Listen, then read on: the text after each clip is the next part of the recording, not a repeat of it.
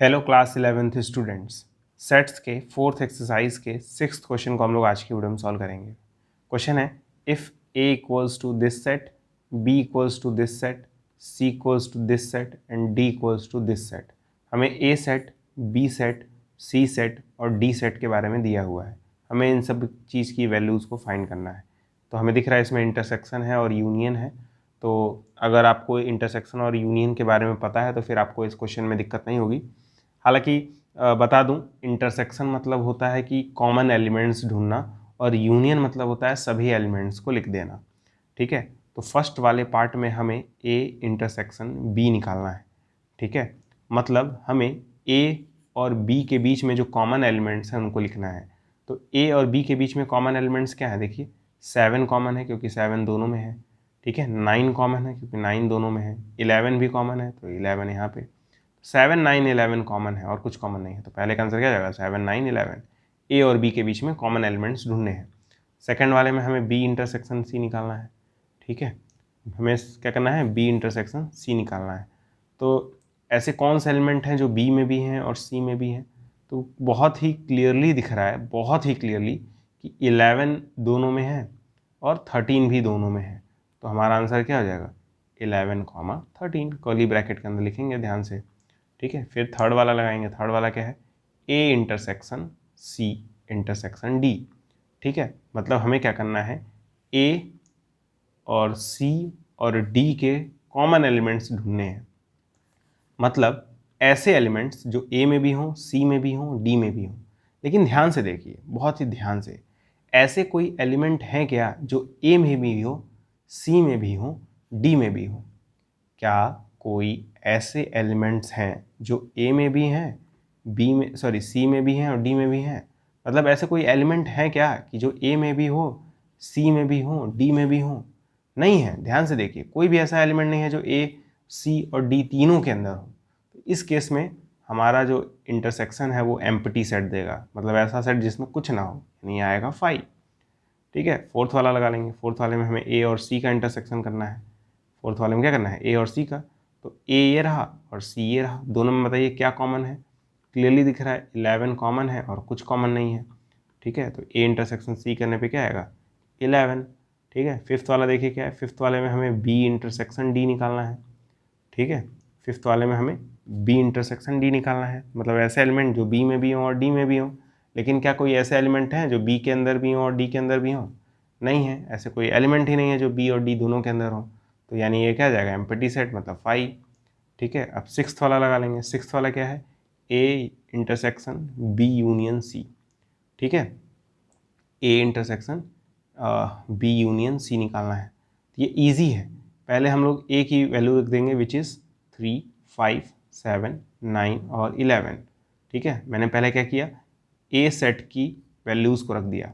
ठीक है, फिर बीच में इंटरसेक्शन का साइन है तो इंटरसेक्शन लगा देंगे। फिर क्या करेंगे? बी यूनियन सी निकालेंगे। बी यूनियन सी मतलब बी और सी के सारे एलिमेंट्स को लिख देना।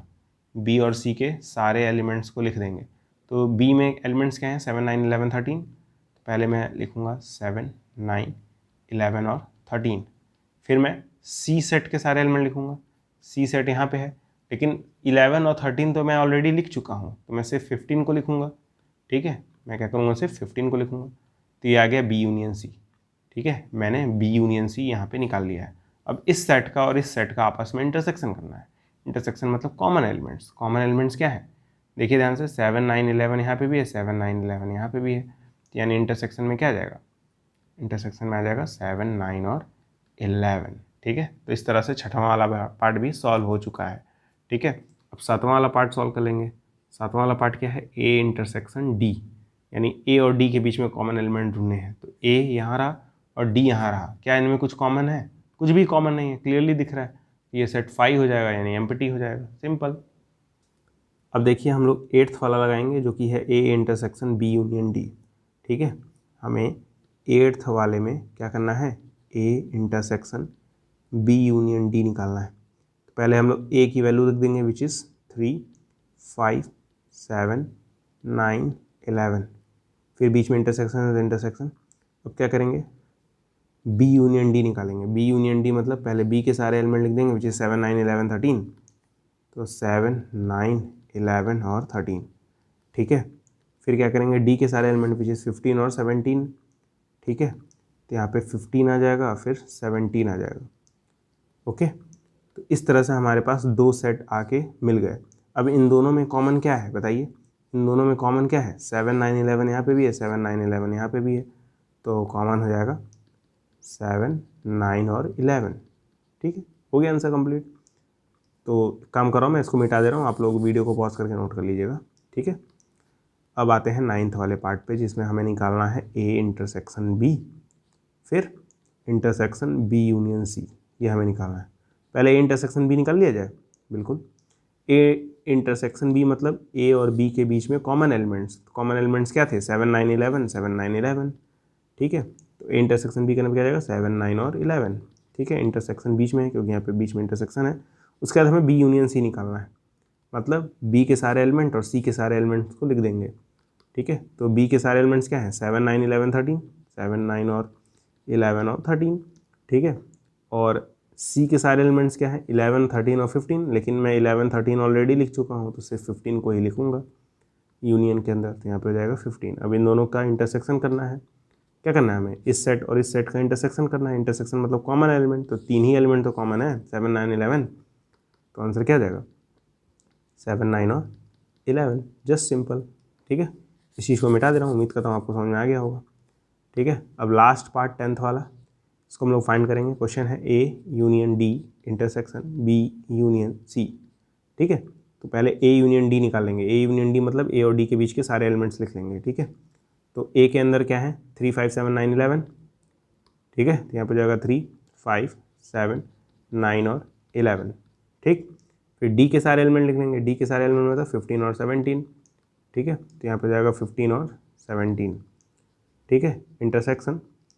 अब B यूनियन C निकालेंगे। B यूनियन C मतलब B के सारे एलिमेंट और C के सारे एलिमेंट, ठीक है। तो B के सारे एलिमेंट्स क्या है, 7, 9, 11, 13, 7, 9, 11 और 13।